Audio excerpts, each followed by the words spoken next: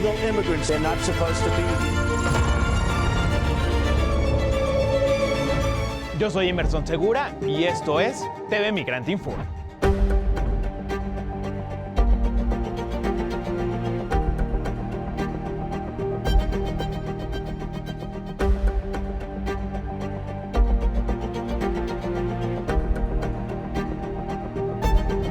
Migrante, musulmán, socialista, demócrata o rapero son solo algunas de las etiquetas que Zohran Mamdani abraza abiertamente en tiempos donde la diferencia y la justicia social son vistos como amenaza. Así que quien se alzó en las urnas esta semana como ganador de la ciudad más grande de los Estados Unidos conjuga una fusión cultural y cosmopolita neoyorquina.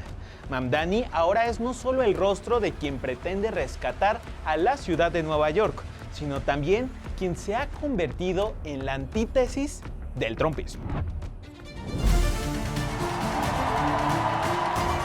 New York will remain a city of immigrants, a city built by immigrants, powered by immigrants,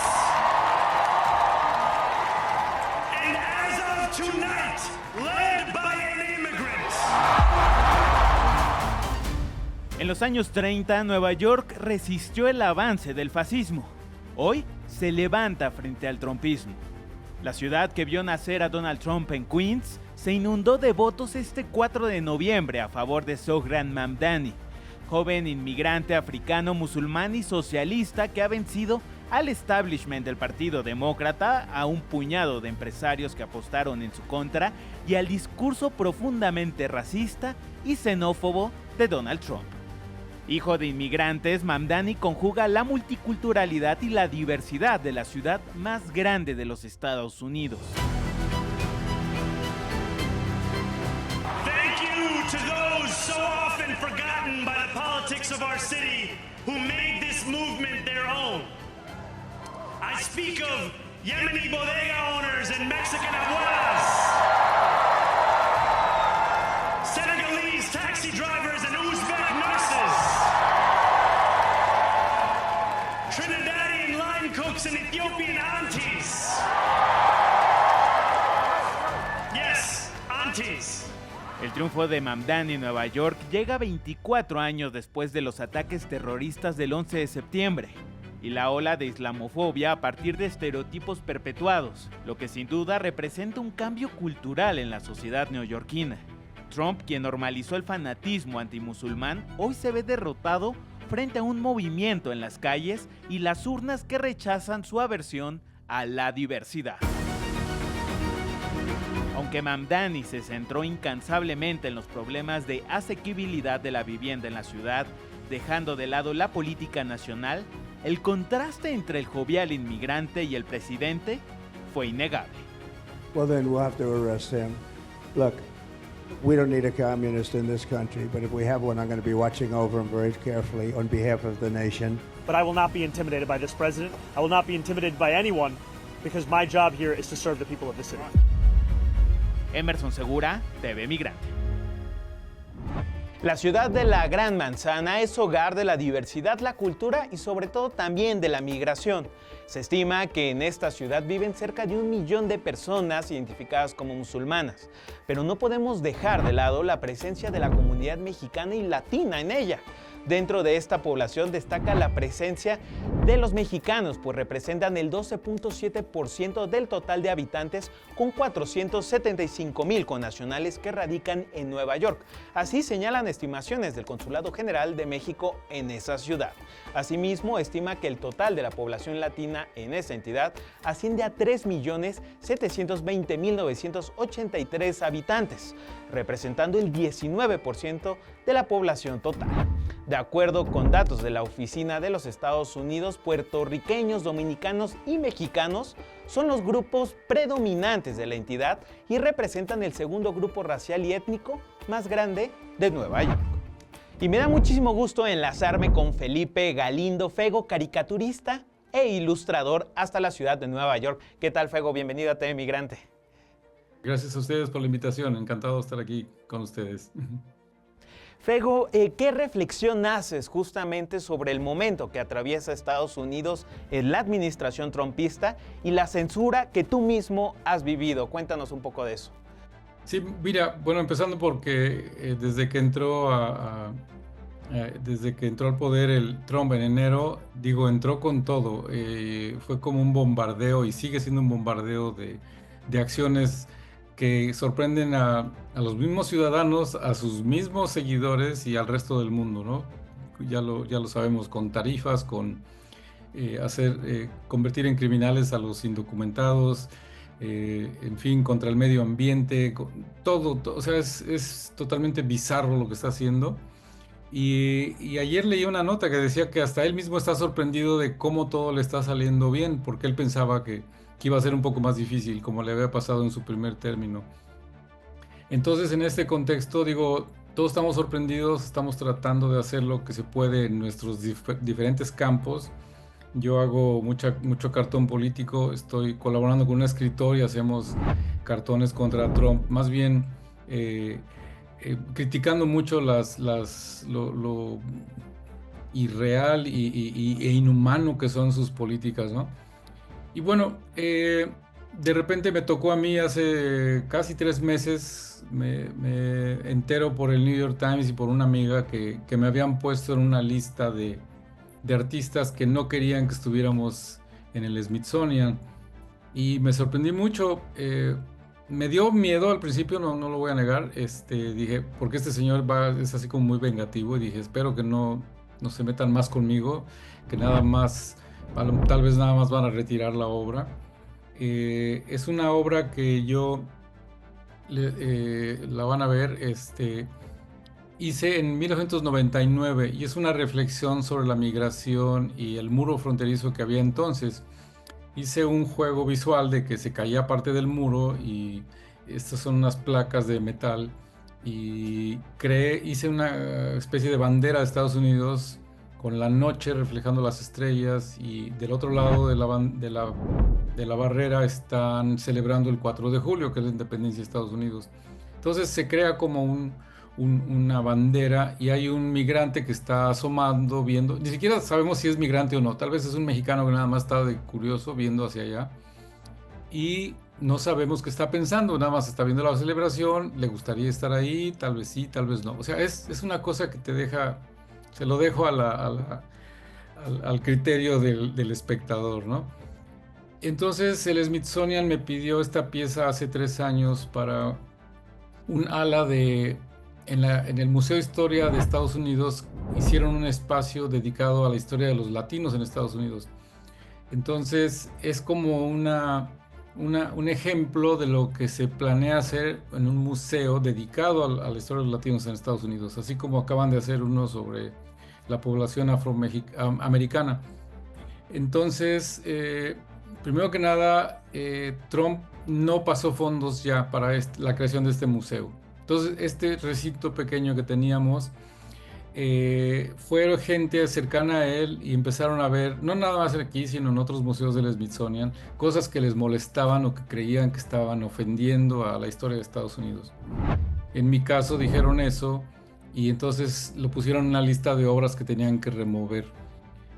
Ahora, la presión no fue tanto hacia el artista, sino a los directores de los museos, porque les dijeron, o lo quitan, o quitan todas estas obras que estamos indicando, o les retiramos fondos, y pues de eso viven estos museos, ¿no?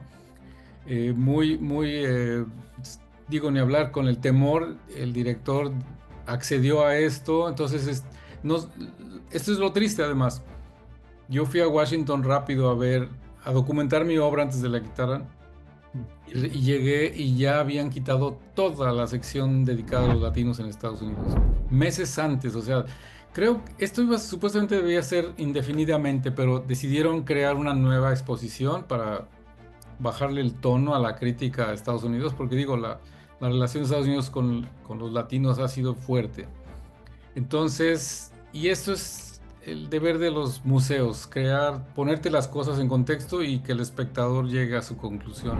Pero bueno, a esta administración no le gusta eso, quieren blanquear, quieren cambiar el curso de la historia de otra manera, y por eso es que decidieron cerrar toda la exhibición y decidieron abrir el año próximo, en la primavera, coincidiendo con los 250 años de la nación, de la fundación de Estados Unidos, para poner una exposición sobre salsa, de la música salsa, que se me hace, digo, a mí me encanta la salsa, la bailo y todo, pero no es algo que represente a 64 millones de latinos en Estados Unidos, ¿no? Es un insulto. Y es algo que les hice ver al Smithsonian, les mandé cartas, obviamente no han contestado. Y bueno, obedece a eso, a quitar cosas que sean controversiales. Y eso es lo que está haciendo con muchísimas cosas. Afortunadamente, digo, ahorita hubo elecciones desde el alcalde de la ciudad de Nueva York, que vino a hacer todo lo opuesto que es Trump, o sea, un musulmán, socialdemócrata, en fin, fue la gran sorpresa, ¿no? Y otras gobernaturas en otros estados. Entonces esperemos que esto sea una especie de respuesta a todas estas acciones que esta administración ha estado haciendo, que son trogloditas, diría yo, y la manera como tratan a los inmigrantes es inhumano, o sea, no, es algo espantoso, y lo comparo con las técnicas de la Gestapo, ¿no? En la época nazi. Y digo, incluso esto de vetar arte también refleja mucho lo que hacían los nazis en ese entonces, ¿no? Quitar cosas que no les gustaban o que no eran de acuerdo a sus criterios. Y Fego, ¿a qué le atribuyes que esté sucediendo justamente esto en el corazón de los Estados Unidos? Y me refiero desde luego a Washington, D.C. Sí, mira, por decir algo, cuando fui a Smithsonian empecé a preguntar a todo mundo por qué cerraron, por qué esto. O sea, le pregunté como a 5 o 6 gentes que trabajan ahí y nadie me quería decir nada. Todos echaban la bola a otros. Y de repente me di cuenta que tenían miedo, que si decían algo que les iba a afectar, los iban a correr, porque ya corrió a casi 300,000 trabajadores federales. Y eso es lo que noté en Washington, la Guardia Nacional por todos lados, como si estuviéramos en estado de sitio. Es horrible, o sea, había visto yo eso después de los ataques de septiembre 11, y además era como algo que la gente se sintiera tranquila. En este caso te sientes que estás ocupado, o sea, como que estás bajo una ocupación militar. Es absurdo, pero sabemos bien que este señor admira mucho a todos los dictadores, o sea, a Putin, al de Corea del Norte, o sea, todo el de Hungría, en fin, todo lo que sean sistemas totalitarios, él está a favor, y esa es la imagen que él quiere dar, así como de que yo tengo el poder, que desgraciadamente la Suprema Corte aquí, que él puso a muchos de la Suprema Corte, le dieron carta blanca, le dijeron, sí, tú puedes hacer lo que quieras y no vas a ser enjuiciado por nada.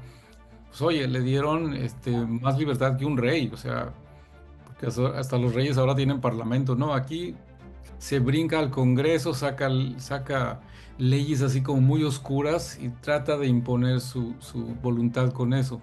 Ya ahorita incluso la Suprema Corte está cuestionando las tarifas que está poniendo, porque las puso como de emergencia, como si fuera una emergencia nacional, cuando no lo es. O sea, Estados Unidos tiene un poder adquisitivo enorme y puede comprar lo que le dé la gana. Lo que pasa es que este señor quiere, pues, poner que todo el mundo esté a su disposición, que le rindan pleitesía. Es una persona muy enferma, desafortunadamente, un psicópata, y pues está en el poder, o sea, y se lo dieron, o sea, así como se lo dieron a Hitler, ni modo. Entonces acá falta que el pueblo, de alguna manera u otra, aquí la votación es lo que vale mucho en Estados Unidos, entonces es lo que estamos viendo, y de esa manera se puede contrarrestar todo esto. Muchas gracias, Fego, por estar aquí en TV Migrante Informa. Muchas gracias a ustedes por la invitación, por platicar. Y nos vamos con más información. En Chicago, organizaciones civiles presentaron una demanda en contra del gobierno de los Estados Unidos por permitir violaciones a los derechos de los migrantes detenidos en el centro de Broadview. El documento judicial interpuesto por la ACLU describe el lugar como un agujero negro, donde los migrantes permanecen días en condiciones insalubres, sin atención médica y sin alimentos suficientes, obligándolos a dormir de pie en celdas saturadas y bajo luz constante, situación que los grupos civiles consideran un posible maltrato psicológico. Según la denuncia, algunos detenidos son presionados para firmar su deportación sin pasar antes por un juez y se les impide comunicarse con familiares o abogados. Hasta ahora, hay que decirlo, ningún funcionario federal ha respondido a estas acusaciones. El Servicio de Inmigración y Control de Aduanas de los Estados Unidos informó que durante una operación de 10 días realizada del 22 al 31 de octubre en el sureste de Texas, fueron arrestadas 1.505 personas. De acuerdo con la propia agencia, las detenciones representan un aumento respecto a operativos previos de este año. En agosto se reportaron 822 arrestos y en marzo 543, lo que refleja un incremento sostenido de redadas en la región de Houston. La dependencia también señaló que cerca de una tercera parte de los detenidos cuenta con órdenes de deportación, mientras que el resto enfrentará procesos ante tribunales migratorios. En el norte de Chicago, agentes del Servicio de Inmigración y Control de Aduanas irrumpieron la mañana del pasado miércoles en la guardería Rayito de Sol para arrestar a una trabajadora frente a los niños. La detenida, originaria de Colombia y con permiso de trabajo vigente, fue localizada a través de un vehículo registrado a su nombre.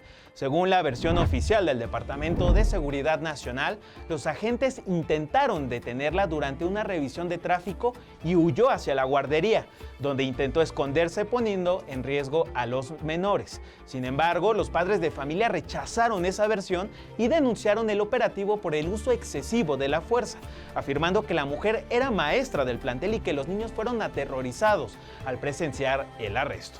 En los videos difundidos en redes sociales se observa justamente a los agentes arrastrándola y golpeándola contra las puertas de cristal antes de inmovilizarla en el estacionamiento mientras la mujer gritaba: "Tengo papeles". El operativo Midway Blitz en Chicago refleja el rostro más racista y arbitrario de los operativos migratorios de Donald Trump. Sin embargo, ante el miedo se impone la solidaridad de las comunidades mexicanas, quienes han encontrado justamente en las redes sociales un vehículo de alerta del CBP y del ICE. La historia es de mi compañero Oscar Reyes.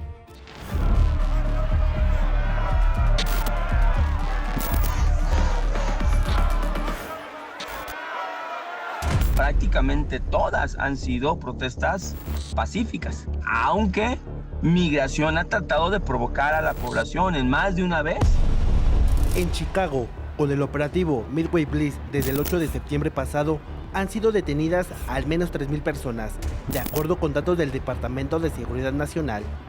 Ante la brutalidad de las detenciones y los arrestos motivados por el racismo, el único camino de la comunidad mexicana es la organización a través de redes sociales y medios digitales. Se ha generado un sentido de organización espontáneo, lo tengo que decir, desde abajo, por así decir. Grassroots, como le decimos acá, es decir, desde las raíces. La gente empezó a hacer uso de sus teléfonos y de los medios sociales, y una de las herramientas que han utilizado es estar reportando en dónde está Migración. Entonces, si ahorita está pasando Migración en una de estas calles, yo inmediatamente lo reporto a Facebook o reporto a alguno de los chats y alerto a los demás de que tengan cuidado porque Migración está en el área haciendo un operativo. Agencias como el ICE, la Patrulla Fronteriza y las policías locales se han convertido en el brazo armado de Donald Trump para sembrar terror, estrategia que ha recibido una nula aprobación. La intención de ellos, más que nada, es crear una narrativa en donde puedan generar miedo y buscar, o ellos están tratando de buscar apoyo con su narrativa, pues dentro de las comunidades blancas, votantes, pero nos estamos dando cuenta que está sucediendo totalmente lo contrario. Las comunidades que no son migrantes, que son en este caso afroamericanas y también blancas, están apoyando a los migrantes. En su afán por deportar a 1 millón de personas, Trump ha llamado a la Guardia Nacional para realizar labores policíacas, lo que ha desatado una batalla legal que ha frenado el despliegue de efectivos en tribunales locales y federales. El gobierno federal de Estados Unidos va a estar buscando de todas las maneras para que nos pueda expulsar, digamos, de del país. Aunque los números todavía no les están dando, aunque los números de personas que están deteniendo en todo Estados Unidos y también en Chicago, si lo vemos en retrospectiva, no les van a dar los números para poder, obviamente, expulsar a todas las personas indocumentadas migrantes que se encuentran en Chicago y en todo Estados Unidos. Otra preocupación de los migrantes es la desaparición de las personas detenidas bajo custodia del ICE, las cuales han llegado a perder la vida. Hay muchas personas, ahorita hay un número determinado de aproximadamente 1,000 personas que no se les ha encontrado, incluyendo gente que estuvo en el centro de Alligator Alcatraz en Florida. Hay también 22 personas que fallecieron dentro o a manos de migración. Y en más información, el gobierno de Perú decidió de manera unilateral romper relaciones diplomáticas con México luego de que nuestro país concedió asilo político a la ex primera ministra del presidente Pedro Castillo, Betsy Chávez, quien es acusada en el país andino por presunta rebelión y conspiración. Al respecto, la subsecretaria para América Latina y el Caribe, Raquel Serur, destacó la importancia del asilo político en la historia de México como una política establecida por el derecho internacional. Vamos a ver lo que dijo la subsecretaria. A México y a su fiel tradición y vocación humanista, porque ha protegido a miles de personas perseguidas a lo largo de su historia, y es gracias a esta figura del asilo político y del refugio, como lo acaba de explicar Roberto. Y en este sentido recordemos que toda persona extranjera que encuentre en peligro su vida, su integridad y su libertad por sus ideas o actividades políticas, puede solicitar asilo político a México.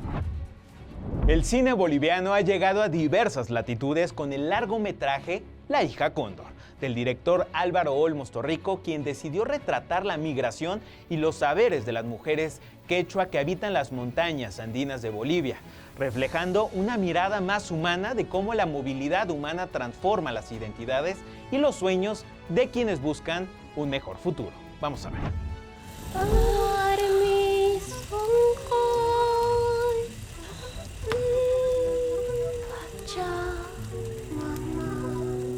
El séptimo arte boliviano conquistó tierras francesas durante el Festival de Cine Latinoamericano de Biarritz, un certamen internacional que este año fue altavoz de historias sobre movilidad humana, llevando a la gran pantalla las luchas y sueños de quienes han decidido cruzar fronteras.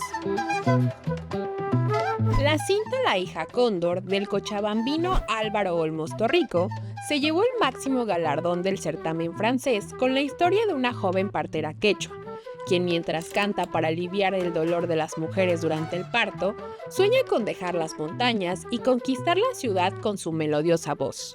Clara es como que este personaje que representa esa migración interna, que busca esa superación o conocer otro mundo, dejar atrás lo que considera que, digamos, que es una especie de status quo y empieza a buscar una oportunidad para situaciones más favorables o más excitantes. Entonces, que eso es lo que ha pasado con muchas generaciones acá, y me imagino que en México y en toda la zona andina, mis padres igual son migrantes, ¿no? Entonces, creo que eso está muy arraigado en nuestra cultura y siempre está presente de una u otra forma en las películas que hacemos, porque es parte de nuestro cotidiano.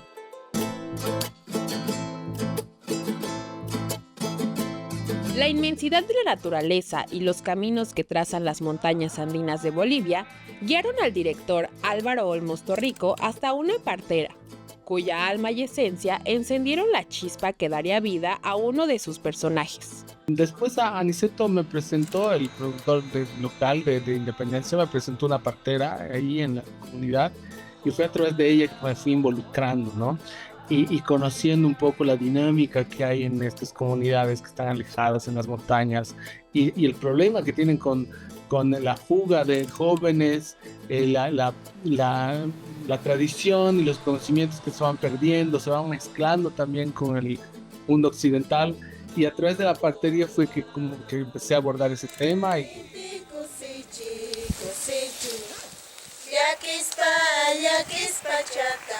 Con una coproducción trinacional entre Bolivia, Uruguay y Perú, Álvaro Olmos decide honrar el conocimiento de sus ancestras, mujeres que por generaciones han sostenido hogares, transmitido saberes y resistido al olvido con sabiduría.